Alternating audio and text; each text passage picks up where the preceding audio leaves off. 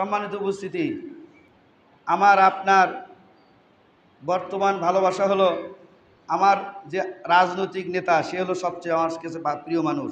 কথা ঠিক কিনা? যে দলের যে সবচেয়ে নেতা, আমি যে দল করি সেই দলের যে নেতা সে আমার সবচেয়ে প্রিয় মানুষ। কথা ঠিক কিনা? এটা যদি হয় আমি প্রকৃতপক্ষে ইমানদার না। সবার চেয়ে, সকলের চেয়ে আমার কাছে প্রিয় হতে হবে কে? মুহাম্মদ রাসূলুল্লাহ সাল্লাল্লাহু আলাইহি ওয়াসাল্লাম। সম্মানিত উপস্থিতি, আল্লাহ রাব্বুল আলামিন যখন হযরত আলী রাদিয়াল্লাহু তাআলা এই নামটা কাটলেন না, মুহাম্মদ রাসূলুল্লাহ সাল্লাল্লাহু আলাইহি সাল্লাম নিজে নামটা কাটলেন। যেহেতু চুক্তিনামায় সই করতেছেন, চুক্তিনামা হচ্ছে, হ্যাঁ, এই চুক্তিনামায় যখন মুহাম্মদ রাসূলুল্লাহ সাল্লাল্লাহু আলাইহি সাল্লাম কথাটা কেটে দিলেন, আল্লাহ রাব্বুল আলামিন আয়াত নাজিল করে জানাই দিলেন, মুহাম্মাদুর রাসূলুল্লাহ, মুহাম্মদ সাল্লাল্লাহু আলাইহি সাল্লাম, তুমি নিজের হাতে তোমার নাম কাটলে কি হবে? আমি মহান রব্বুল আলামিন কোরআন পাকে আয়াত নাজিল করে সারা পৃথিবীর কাছে, সারা পৃথিবীর মানুষের কাছে জানাই দিলাম, মুহাম্মদ তুমি হলে আল্লাহর পক্ষ থেকে রাসূল। সুবহানাল্লাহ। আল্লাহ রাব্বুল আলামিন জানাই দিলেন ওই চুক্তিনামা কাটলে কি হবে, কিন্তু আমি আমার পক্ষ থেকে তুমি যে রাসূল এটা কেউ কাটতে পারবে না, এটা কেউ মুছে দিতে পারবে না। আল্লাহ রাব্বুল আলামিন আয়াত নাজিল করে জানাই দিলেন, মুহাম্মাদুর রাসূলুল্লাহ, মুহাম্মদ সাল্লাল্লাহু আলাইহি সাল্লাম আল্লাহর রাসূল। সম্মানিত উপস্থিতি, আল্লাহ রাব্বুল আলামিন এরপরে বলতেছেন, ওয়াল্লাযীনা মাআহু আশিদ্দাউ আলাল কুফফার। মুহাম্মদ সাল্লাল্লাহু আলাইহি সাল্লামের যারা সাথী তারা হলো কাফেরদের কাছে, কাফেরদের ব্যাপারে খুব বলিষ্ঠ। আশিদ্দাউ আলাল কুফফার, কাফেরদের ব্যাপারে খুবই বজ্র কঠিন। কাফেররা যা বলবে এটা তারা মেনে নেবে না, কাফেরদের ব্যাপারে তারা বজ্র কঠিন। উহুদে বদরের যুদ্ধে এক সাহাবী তার পিতা তার সাথে সম্মুখ যুদ্ধে ছেলেকে মারার জন্য আক্রমণ করতেছিল। ছেলে বাবার কাছ থেকে একটু দূরে দূরে সরে যাচ্ছিল, কিন্তু বাবা ছেলেকে কখনো ছাড়তেছিল না। আল্লাহ রাব্বুল আলামিনের এই আয়াত দেখেন, যারা মুহাম্মদ সাল্লাল্লাহু আলাইহি সাল্লামের সাথী, যারা সাহাবী, যুদ্ধের ময়দানে বাপকেও তারা ছাড়ে নাই। ওই সাহাবী নিজের পিতাকে আপনার বদরের যুদ্ধে নিহত করেছিল। বলুন সুবহানাল্লাহ। কাফেরদের ব্যাপারে, ইসলামের জন্য কাফেরদের ব্যাপারে মুহাম্মদ সাল্লাল্লাহু আলাইহি সাল্লাম বজ্র কঠিন। অর্থাৎ কাফেররা যা বলবে সেটাকে তারা কখনোই কি করবে না, মেনে নিতে পারে না, বজ্র কঠিন তারা। কাফেররা সিদ্ধান্ত দিল যে কাটতে হবে। আলী রাদিয়াল্লাহু তাআলা আনহু বললেন, না, মুহাম্মদ যেহেতু আল্লাহ রাসূল আমি কাটতে পারি না। কাফেরদের ব্যাপারে তারা কি বজ্র কঠিন। এটা হলো সাহাবীদের গুণ, সাহাবীদের এগুলো গুণ। আর সাহাবী কান নুজুম, সাহাবীরা হলো আপনার নক্ষত্রের মতো। নক্ষত্র দেখে যেরকম নাবিকরা পথ চলে, এরকম সাহাবীদেরকে দেখে আমাদেরকে পথ চলতে হবে। সম্মানিত উপস্থিতি, সাহাবীদের গুণ আমাদের মধ্যে থাকতে হবে না? সাহাবীদের গুণ আমাদের মধ্যে থাকা লাগবে না? তাহলে আমাদেরকে কি কাফেরদের ব্যাপারে, অর্থাৎ যারা ইসলামের বিপরীত শক্তি, যারা কুফরি মতবাদ, এদের ব্যাপারে আমাদেরকে বজ্র কঠিন হতে হবে, সিদ্ধান্তে অটল থাকতে হবে, ইসলামের পক্ষে অটল থাকতে হবে। সম্মানিত উপস্থিতি, এজন্য আল্লাহ রাব্বুল আলামিন বলেন, আল্লাযীনা মাআহু, এ মুহাম্মদ রাসূলুল্লাহ সাল্লাল্লাহু আলাইহি সাল্লামের যারা সাথী ছিল তারা কি আশিদ্দাউ আলাল কুফফার, কাফেরদের ব্যাপারে, সিদ্ধান্তের ব্যাপারে তারা কি ছিল? বজ্র কঠিন ছিল, খুব শক্ত ভূমিকায় ছিল।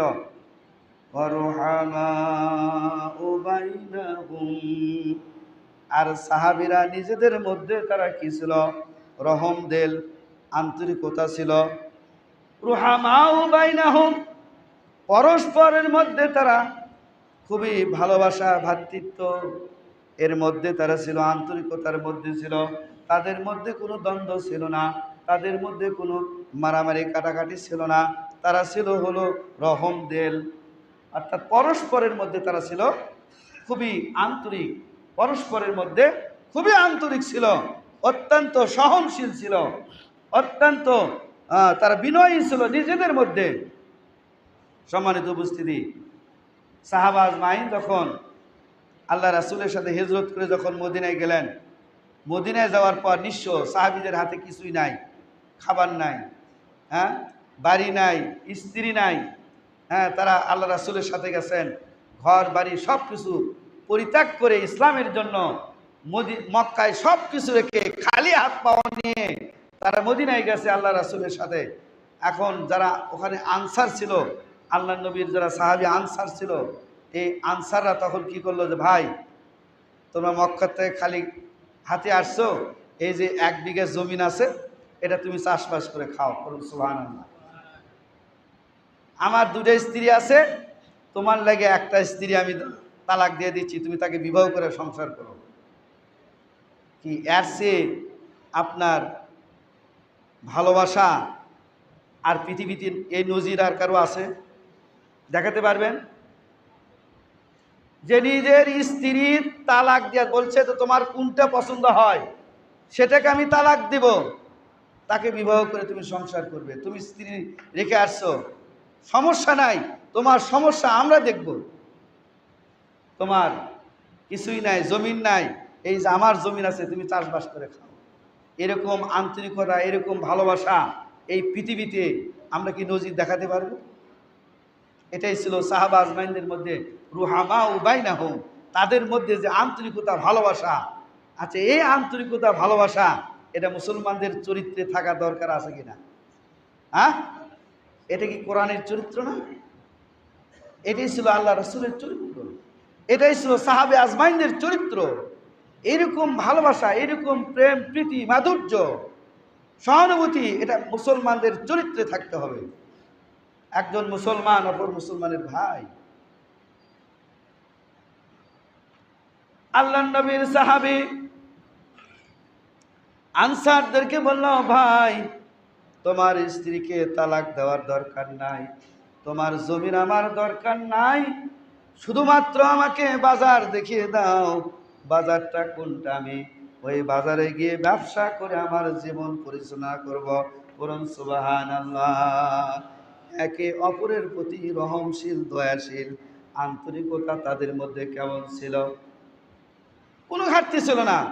বলছে না, তোমার স্ত্রীকে তালাক দেওয়ার দরকার নাই, জমিরও আমার দরকার নাই, আমাকে আল্লাহ হাত পাও দিছে, সব কিছু দিছে, খালি বাজারটা দেখে দাও, বাজারে গিয়া ব্যবসা করে আমি কি করব? আমার নিজের জীবন পরিচালনা করব। বলুন সুবহানাল্লাহি ওয়া বিহামদিহি। সম্মানিত উপস্থিতি, আমাদের মধ্যে যদি কেউ ব্যবসায় একটু উন্নতি করে, কিভাবে লস খাওয়ান যায়, কথা ঠিক কিনা? হ্যাঁ, ওয়াক না দাঁড়ালে তো আমার ব্যবসা উন্নতি হবে না, কথা ঠিক কিনা? এটা আমাদের চরিত্র না, এই চরিত্র হওয়া ঠিক না। সাহাবা আজমাইনদের যে চরিত্র ছিল, সেই চরিত্রে আমাদেরকে চরিত্রবান হতে হবে। সম্মানিত উপস্থিতি, সকল জায়গায়, সকল ক্ষেত্রে আমাদের মধ্যে প্রেম, প্রীতি, ভালোবাসা এগুলো মুসলমানদের মধ্যে থাকবে। এক মুসলমান কি অপর মুসলমান, অর্থাৎ একই শরীরের মতো। আল্লাহ রাসূল বলছেন যে এক মুমিন আরেক মুমিনের জন্য একই শরীর। আপনার শরীরে যখন জ্বর আসে তখন কি সমস্ত শরীর অনুভব করে না? আপনার শরীরে জ্বর আসলে সেই জ্বরটা আপনার কি সমস্ত শরীরটাই কি অনুভব করে। এরকমভাবে একজন মুসলমান যদি আঘাত পায় তাহলে সেই আঘাত সমস্ত মুসলমানকে পেতে হবে। একজন মুসলমান যদি কোথাও মার খায়, সমস্ত মুসলমানকে অনুভব করতে হবে যে আমার ভাই মার খাইছে। এই দয়া, এই মায়া, এই প্রেম প্রীতি ভালোবাসা যদি মুসলমানদের মধ্যে আমরা তৈরি করতে পারি, তাহলে এই দেশটা হবে ইসলামের কি ছায়াতলে, আমরা ইসলাম এই দেশে কায়েম করতে পারবো, কথা ঠিক কিনা? কিন্তু না, আমরা কি নামে শুধু মুসলমান, নামে শুধু মুসলমান। যতক্ষণ পর্যন্ত আমরা আল্লাহ রাসূলের এই চরিত্রকে আমরা ধারণ করতে না পারবো, যতক্ষণ পর্যন্ত কোরআনের এই চরিত্রকে আমরা ধারণ করতে না পারবো, ততক্ষণ পর্যন্ত আমি আপনি ওই বাংলাদেশের আদমশুমারিতে আমার নাম মুসলমান হিসেবে লেখা থাকবে। আমাদের যে এনআইডি কার্ড আছে, ওই এনআইডি কার্ডে আপনার নাম মুসলমান হিসেবে লেখা থাকবে, আপনার দলিলে মুসলমান হিসেবে আপনার নাম লেখা থাকবে। কিন্তু আল্লাহর দপ্তরে আমার আপনার নাম কিন্তু ইমানদারের খাতায়, মুসলমানের খাতায় থাকবে না, কথা ঠিক কিনা? আমাদেরকে আল্লাহর দপ্তরে নাম লেখাতে হবে, কথা ঠিক কিনা? আমরা যদি এই চরিত্রবান হতে পারি, আমাদের নাম আল্লাহর দপ্তরে মুসলমান হিসেবে লেখা থাকবে, ইমানদার হিসেবে লেখা থাকবে। এই জন্যে রুহামা বাইনাহুম, সাহাবারা যেরকম ছিলেন আমাদেরকেও ঠিক ওইভাবেই আমাদের চরিত্রবান হতে হবে।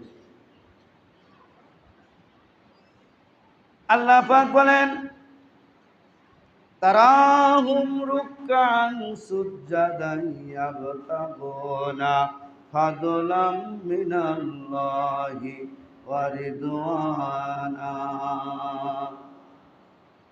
আল্লাহ বলতেছেন, তারাহুম, তাদেরকে তুমি দেখবে, রুকআন সুজদান, রুকু অবস্থায়, সিজদা অবস্থায়, ফাদলাম মিনাল্লাহি ওয়া রিদওয়ানা, আল্লাহ রাব্বুল আলামিনের কাছে তারা অনুগ্রহ চাচ্ছে, আল্লাহ সন্তুষ্টি কামনা করতেছে। সম্মানিত উপস্থিতি, সাহাবীদের মর্যাদা, সাহাবীদের চরিত্র ছিল, তারা নামাজকে এত ভালোবাসত, এত তারা নামাজি ছিল, নামাজ অবস্থায় তারা রুকআন সুজদান, দিনের বেলা, রাত্রে বেলা তারা সিজদা অবস্থায়, রুকু অবস্থায় আল্লাহ পাকের কাছে তারা অনুগ্রহ তালাশ করত, আল্লাহ সন্তুষ্টি তালাশ করত। এটা ছিল সাহাবীদের চরিত্র। সম্মানিত উপস্থিতি, এই চরিত্র মনে হয় আমাদের মধ্যে থাকা লাগবে না? কি লাগবে? আমাদের মধ্যে এই চরিত্র থাকতে হবে। রুকআন সুজদান, রুকু সিজদা অবস্থায় আমাদেরকেও রাত্রি যাপন করতে হবে, আল্লাহ পাকের কাছে সন্তুষ্টি কামনা করতে হবে। আমরা যদি আল্লাহ রাব্বুল আলামিনের কাছে রুকু সিজদা অবস্থায় আল্লাহ সন্তুষ্টি কামনা করতে পারি, আল্লাহ রাব্বুল আলামিন কিয়ামতের কঠিন মুসিবতের দিনে এই রুকু সিজদা দেওয়ার কারণে আল্লাহ পাক আমাদেরকে জান্নাতুল ফিরদাউস নসিব করে দিবেন। বরং সুবহানাল্লাহ। এরপর গুণগুলো বর্ণনা করা হচ্ছে, সীমাহুম ফি বুজুহিহিম মিন আসারিস সুজুদ, তাদের চেহারার মধ্যে, তাদের মুখমণ্ডলের মধ্যে আপনার সিজদার চিহ্নগুলো দেখা যাবে।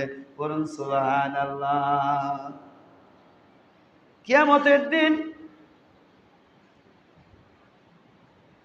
যারা লা ইলাহা ইল্লাল্লাহু মুহাম্মাদুর রাসূলুল্লাহ এই কালেমা যারা স্বীকার করে নিয়েছিল, এদের মধ্যে যারা জান্নাতে যায় নাই, জাহান্নামের মধ্যে পড়ে গেছে, জাহান্নামে চলে গেছে, আল্লাহ রাব্বুল আলামিন এক সময় তাদেরকেও জাহান্নাম থেকে বের করে জান্নাত দিবেন। ফেরেশতাদেরকে আল্লাহ রাব্বুল আলামিন বলবেন, ও ফেরেশতারা যাও, ওই যে আল্লাহর নবীর উম্মত আছে ওদেরকে বাছাই করে করে এদেরকে জাহান্নাম থেকে বের করে নিয়ে আসা, এদেরকে জান্নাত দাও। ফেরেশতারা বলবেন, রব্বুল আলামিন এদেরকে কিভাবে আমি চিনব? সবাই তো জাহান্নামী, কি দেখে এদেরকে চিনব?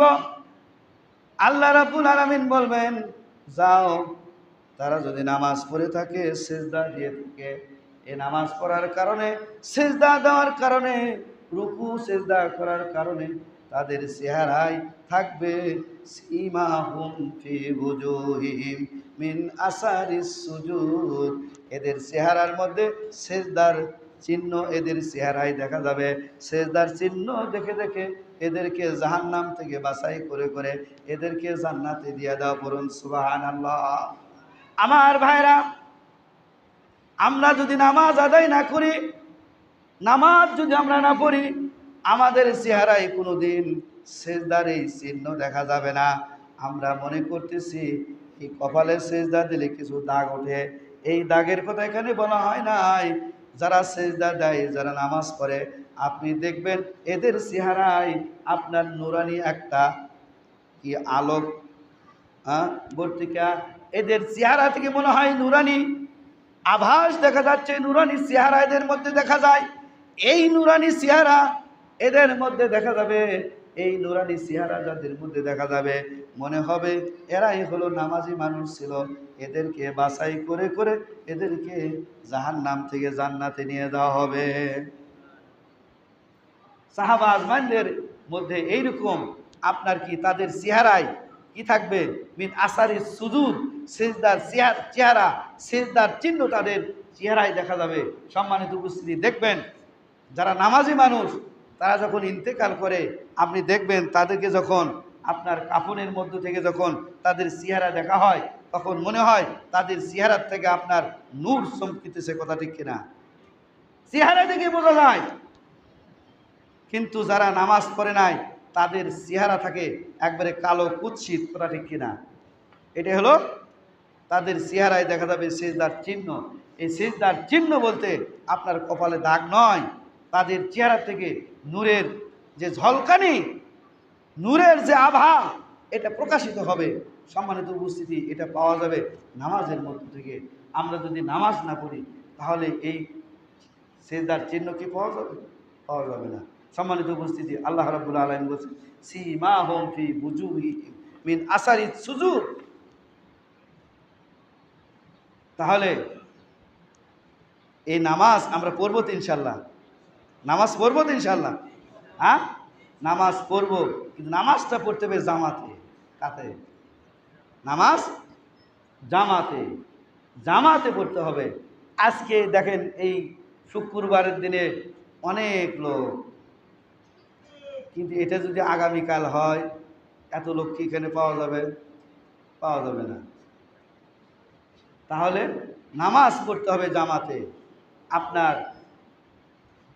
যেখানেই আছেন সেখানেই জামাত করে নামাজ পড়বেন, যেখানেই থাকবেন, যে অবস্থায় থাকবেন, যে অবস্থায় চাকরি থাকেন, বাকরি থাকেন, ব্যবসা থাকেন, বাণিজ্যে থাকেন, যেখানেই থাকেন আপনাকে নামাজটা পড়তে হবে জামাতের সাথে।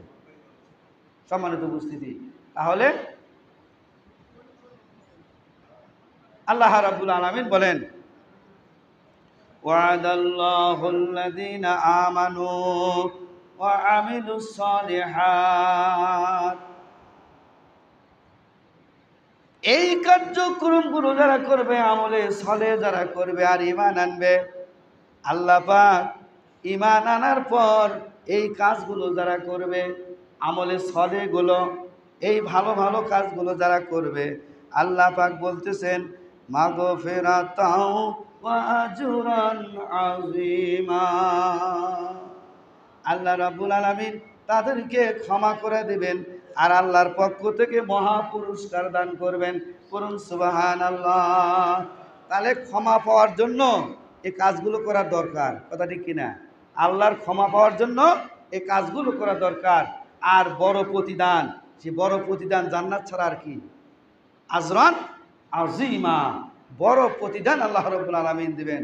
সম্মানিত উপস্থিতি, আসুন আল্লাহ পাক আমাদেরকে মুহাম্মদ রাসূলুল্লাহ সাল্লাল্লাহু আলাইহি সাল্লামকে ভালোবাসার অর্থ হলো তার সুন্নতকে আঁকড়ে ধরা। তার সুন্নত কি? আঁকড়ে ধরা, তার সুন্নত পালন করা, তার সুন্নত পালন করা। আমরা মনে করতেছি মাথায় একটা টুপি আছে, গায়ে একটা জুব্বা আছে, হ্যাঁ, আর মুখে কিছু দাড়ি আছে, আর 5 ওয়াক্ত নামাজ পড়তেছি, আমার মনে হয় যে আমি আল্লাহর নবীর সুন্নত পালন করতেছি। না, আল্লাহ নবীর সুন্নত হলো, সবচেয়ে বড় সুন্নত হলো আপনার জিহাদের ময়দানে রক্ত দেওয়া। জিহাদের ময়দানে কি? আল্লাহর নবী যদি জিহাদের ময়দানে রক্ত না দিতেন, আল্লাহর নবী যদি জিহাদের ময়দানে দান দান মোবারক শহীদ না করতেন, তাহলে এটা সুন্নত হতো না। কথা ঠিক কিনা? কিন্তু জিহাদের ময়দানে রক্ত দেওয়া, দান দান মোবারক শহীদ করা, আর তার জিহাদের ময়দানে যাওয়া, এটা আল্লাহর নবীর সবচেয়ে বড় সুন্নাত।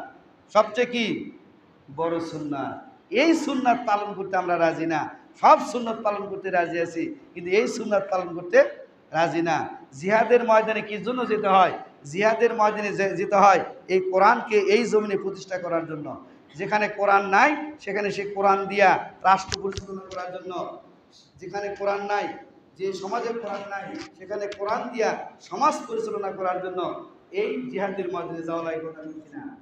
সম্মানিত উপস্থিতি, এই জন্য আপনার আল্লাহ নবীর এই সুন্নাহগুলো যদি আমরা পালন করতে পারি, আল্লাহ রাব্বুল আলামিন বলেন যে সমস্ত ঈমানদাররা কি এই আমলে সালেহ করলো, হ্যাঁ, আল্লাহ রাব্বুল আলামিন তাদেরকে আল্লাহর পক্ষ থেকে আল্লাহ তাদেরকে কি করে দেবেন? ক্ষমা করে দেবেন। আল্লাহ পাক তাদেরকে ক্ষমা করে দেবেন, আল্লাহ তৌফিক করে দেবেন। আল্লাহ পাক আমাদের সকলকে আমল করার তৌফিক দান করুন।